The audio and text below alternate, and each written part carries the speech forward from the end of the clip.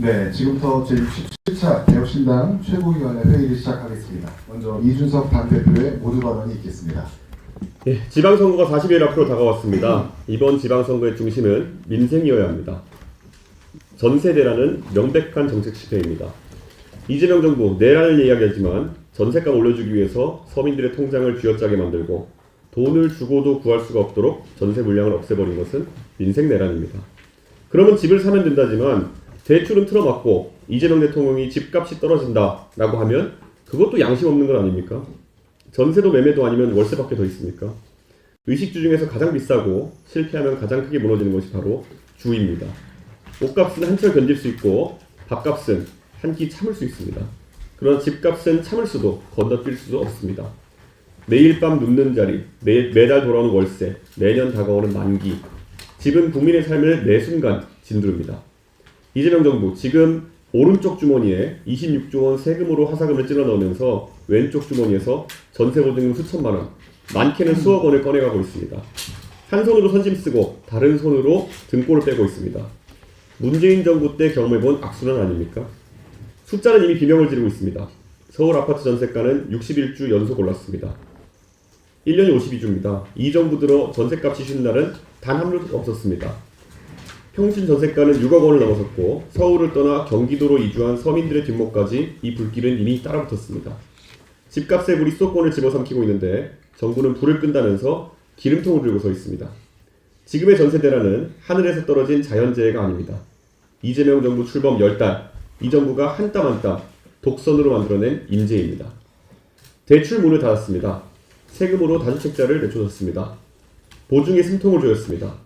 공급은 절벽입니다. 4개의 빗장이 동시에 걸리자 전세는 사라지고 월세는 폭등했습니다.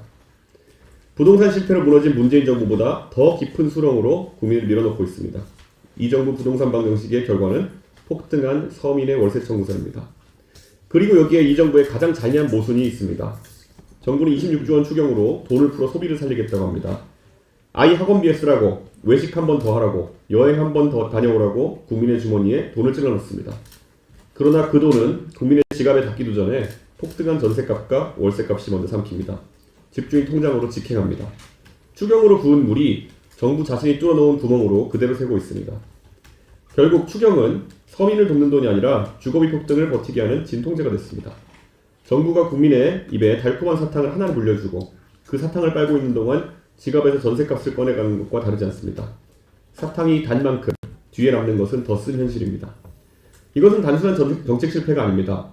전세의 나라에서 월세의 나라로 수십 년 쌓아온 주거 사다리를 단 10달 만에 무너뜨리는 그 비싼 전환의 비용을 온전히 서민이 치르고 있습니다. 대통령은 다주택자와의 전쟁을 하셨습니다. 그러나 전사한 것은 세입자였습니다. 서민이 정부가 쏜 유탄에 맞아 쓰러지고 있습니다. 25만원 지원금은 국민의 기억에 한두 달 남을 겁니다. 그러나 오른 전세값은 국민의 등에 최소 2년간 얹혀 있습니다. 지방선거 40일, 국민이 평가할 것은 어차피 국민의 세금에서 나가는 조삼모사 하사금이 아닙니다. 두 발 뻗고 잠들 집입니다.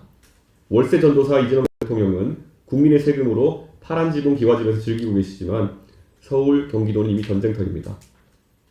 가성고쳐 원성고, 춘향전 한번 읽어보십시오. 개혁신당은 항상 민생의 제일 앞자리에 서겠습니다. 감사합니다. 다음으로 천하람 원내대표의 모두 발언이 있겠습니다. 고유가 피해 지원금을 주유소에서 못 쓰는 것은 황당한 일입니다. 전쟁 추경 심사 과정에서부터 고유가 피해 지원금을 쓸 수 있는 연매출 30억 원 이하 주유소가 서울은 22%, 순천도 20%밖에 안 된다고 지적했습니다. 이재명 정부는 이런 상황을 시정하기는커녕 계속 고집을 부리고 있습니다. 그럼 연매출 30억 원 이하 주유소에서 쓰면 되지 않냐고요? 경기도 주유소 2,278개 중에 매출 30억 원 이하 사용 가능 주유소는 197개, 고작 8.6%에 불과합니다. 서울, 경기, 인천 전체로 봐도 사용 가능 주유소는 11.6%에 불과합니다. 부산도 19%, 대전도 26%밖에 안 됩니다.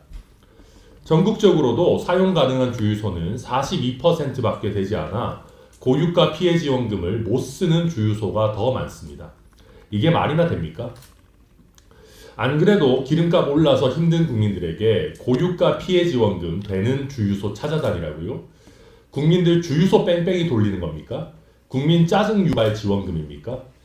국민들 주유소 뺑뺑이 돌릴 정도로 30억 기준이 금과 옥조입니까? 주유소는 매출이 커도 원가, 유류세 비중이 높아서 순이익도 아니고 매출 30억 원 이상과 이하로 영세 주유소를 나누는 것이 큰 의미가 없습니다. 그리고 정부가 언제부터 영세 주유소를 챙겼다고 그럽니까? 이렇게 주유소 뺑뺑이를 돌아야 하면 국민들은 고유가 피해 지원금을 영세 주유소에서 쓰는 것도 포기할 가능성이 높습니다. 여기서 이재명 정부의 진짜 속셈이 드러납니다.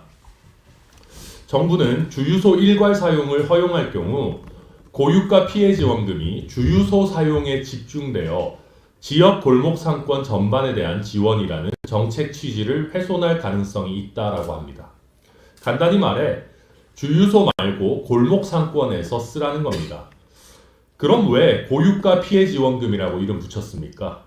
실상은 민주당 선거 지원금인데 이름만 덜 티나게 지은 것, 자백하는 건 아닙니까?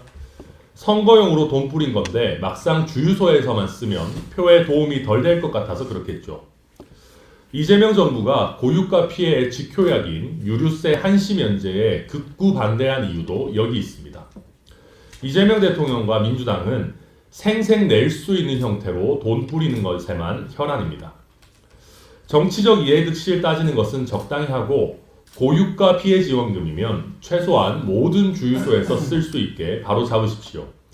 표 계산 때문에 국민들 주유소 뺑뺑이 돌려서는 안 됩니다.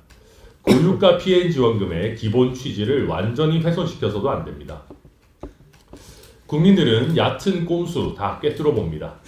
고유가 피해 지원금이면 최소한 주유소에서 못 쓰는 일은 없도록 시정할 것을 강력하게 촉구합니다. 아니면 지금이라도 고유가 피해 지원금이라는 이름을 쓰지 마십시오. 솔직하게 민주당 선거 지원금이라고 부릅시다. 이상입니다. 네, 다음으로 서울시의원 후보인 조희상 최고위원의 모두가 듣겠습니다. 선거운동복 입고 왔다고. 네, 선거운동 하고 오느라고 부득이 선거운동복 입고 왔습니다. 반치광 선수가 교장 선생님이 될 수는 없습니다. 여러분, 최근 경기도 진보진영 교육감 단일 후보로 안민석 전 의원이 뽑혔다는 소식이 들려왔습니다.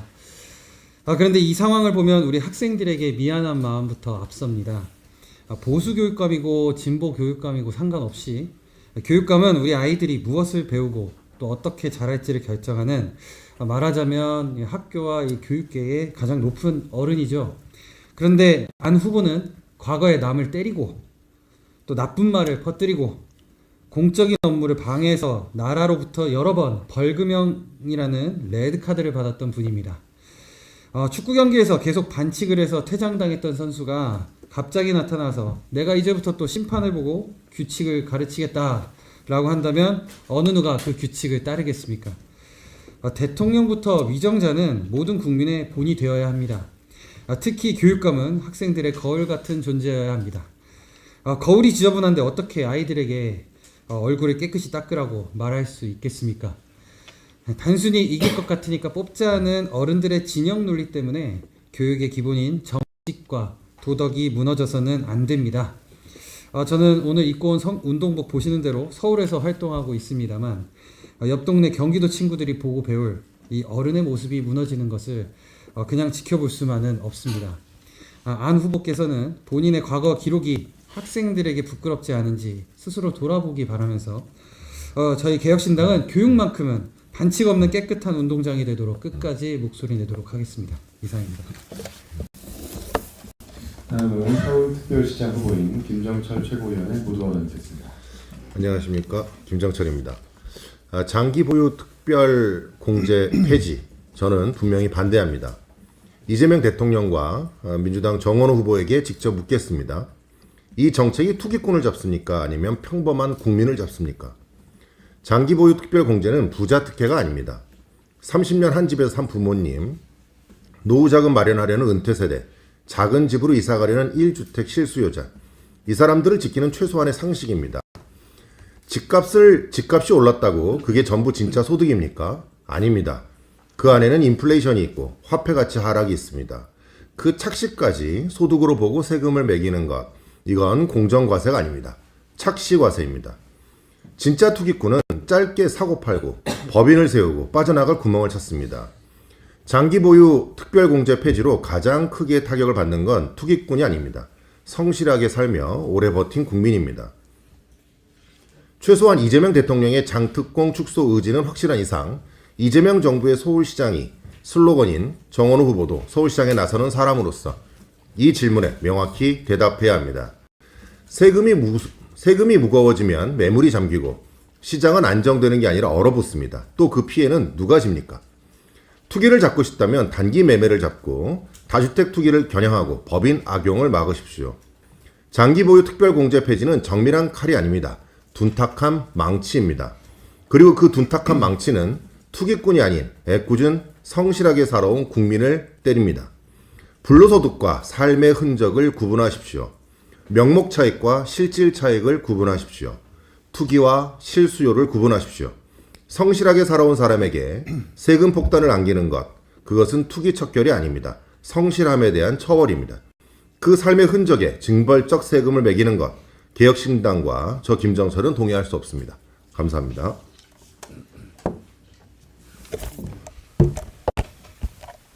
네, 다음으로 이주영 정책위 의장의 모두 발언이 있겠습니다.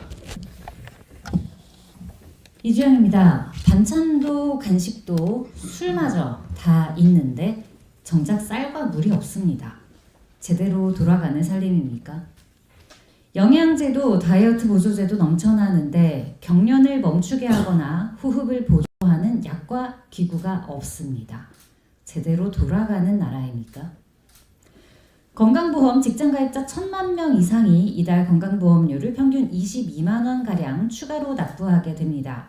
도대체 이 많은 우리의 건강보험료와 세금은 어떤 목적으로 어디에 사용되고 있는 겁니까?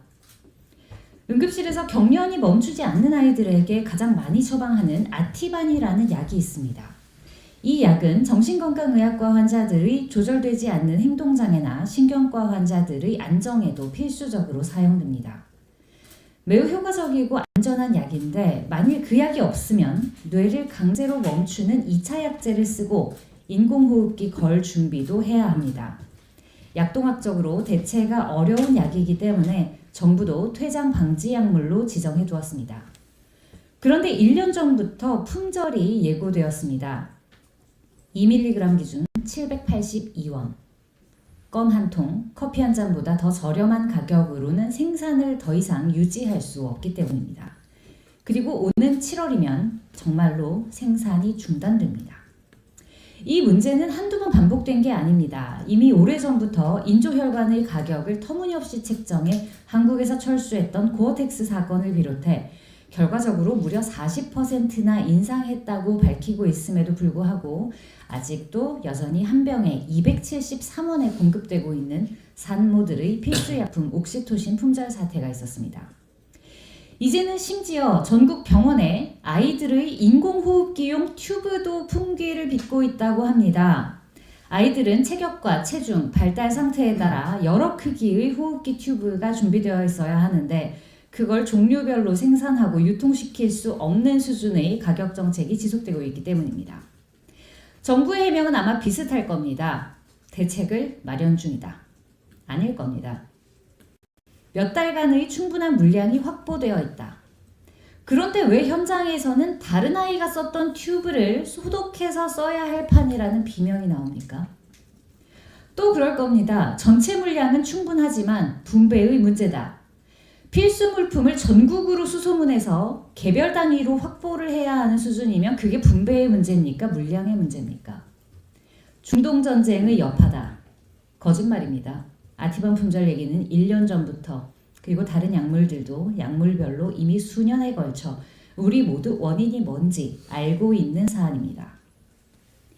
최대 다수의 최대 행복, 좋은 말입니다. 하지만 소수의 필요라도 국민의 생명과 안전에 직결되어 있다면 일반 국민들에게 덜 알려져 있는 이슈라거나 표가 안 되는 사안이라고 해서 정부가 모르는 채 해서는 안 되는 겁니다. 필수적이지 않은 많은 것들에는 각자의 필요에 따라 개인이 정당한 가치를 지불하게 하고 필수적이지만 개인 차원에서 상시 대비하기 어려운 것들은 국가가 정책으로 지켜주어야 합니다. 그래야 정책이 신뢰를 얻고 재정 또한 지속 가능해집니다. 필수 약과 필수 의료기구의 품절. 오늘은 누구나 남의 일이지만 언젠가는 반드시 나의 일이 됩니다. 국민의 귀한 세금과 건강보험료를 어디부터 어떻게 써야 할 것인지 정부는 다시 한번 심각하게 돌아보시기 바랍니다. 이상입니다.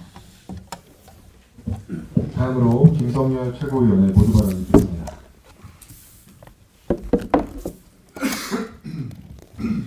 예. 민노총 불법 파업 언제까지 참아야 됩니까? 민노총 화물연대 파업 현장에서 절대로 있어서는 안 될 인명사고가 발생했습니다. 고인의 명복을 빌며 유가족께는 심심한 조의를 표합니다.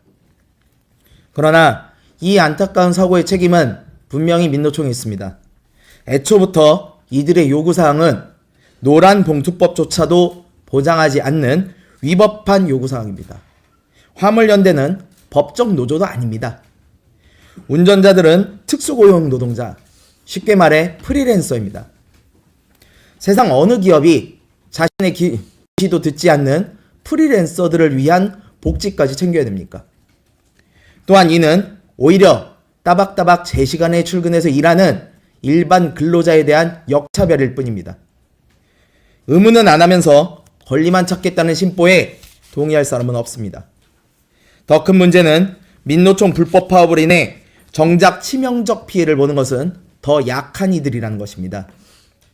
이번 파업에서도 신선식품 배송을 막는 바람에 가뜩이나 어려운 편의점주 그리고 얇은 주머니로 삼각김밥으로 배를 채우는 우리 서민들만 배를 골랐습니다.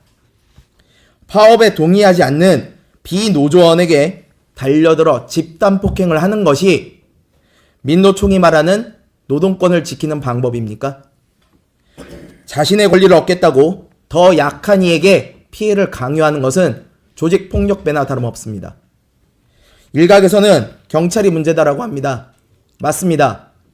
경찰이 애초부터 불법 폭력 시위를 눈감아주지 않고 엄정하게 법 집행을 했다면 이번 비극은 막을 수 있었을 것입니다. 비노조원에 대한 파업 강요와 집단 폭행이 어제 오늘 일만도 아닌 것을 모두가 알고 있습니다. 그러나 그동안 수수방관해온 것이 이를 더 키운 셈입니다. 거기에 정부는 오히려 노란 봉투법으로 불법 파업에 대한 면죄부를 주며 싸움에 불을 붙이기까지 하였습니다. 어떠한 경우에도 사람이 죽는 것은 절대로 있어서는 안 될 일입니다. 그러나 폭력을 피해 생업을 유지하려 한 비노조 운전자가 살인죄에 해당한다면 이 사태를 만든 민노총, 부추긴 정부, 막지 못한 경찰 모두가 공범입니다. 또한 경찰에 차를 몰고 돌진한 노조원과 흉기로 위협한 노조원 모두 살인 미수로 다루어야 형평이 맞습니다. 비노조원의 탈출 차량은 살인 흉기고 노조원이 휘두른 진짜 흉기는 정의의 칼날이 되어서는 안 됩니다. 파업을 할 권리가 있다면 파업을 하지 않을 권리도 있습니다. 이번에는 노조원이 사고를 당했으나 다음번에는 비노조원이 맞아 죽을지도 모릅니다. 무엇보다 정부가 계속 민노총의 불법 폭력을 눈감아준다면 애꿎은 희생자는 더 나올 것입니다. 아무리 내 편이 했어도 불법은 불법입니다. 이재명 정부가 민노총 정부가 아닌 국민의 정부가 되어주길 간곡히 당부합니다. 이상입니다. 네, 이것으로 공개 회의를 마치고 비공개 회의로 전환하겠습니다. 참석해주신 언론 여러분